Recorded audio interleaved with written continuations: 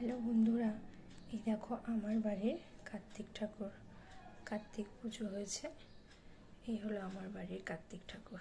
এই নিয়ে 3 বছর তো আমার বাড়িতে কার্তিক ফেলেছিল।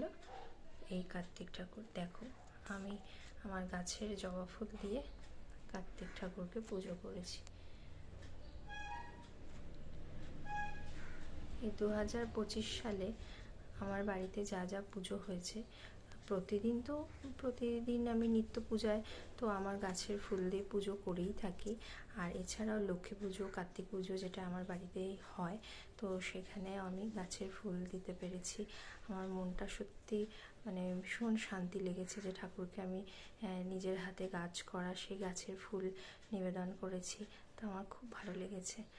আর তোমাদের কেমন লাগলো আমার ঠাকুর এবং আমার গাছের ফুল, তো তোমরা অবশ্যই কমেন্টস করে জানাবে, আর অবশ্যই লাইক দেবে, আর আমার চ্যানেলটাকে অবশ্যই সাবস্ক্রাইব করবে।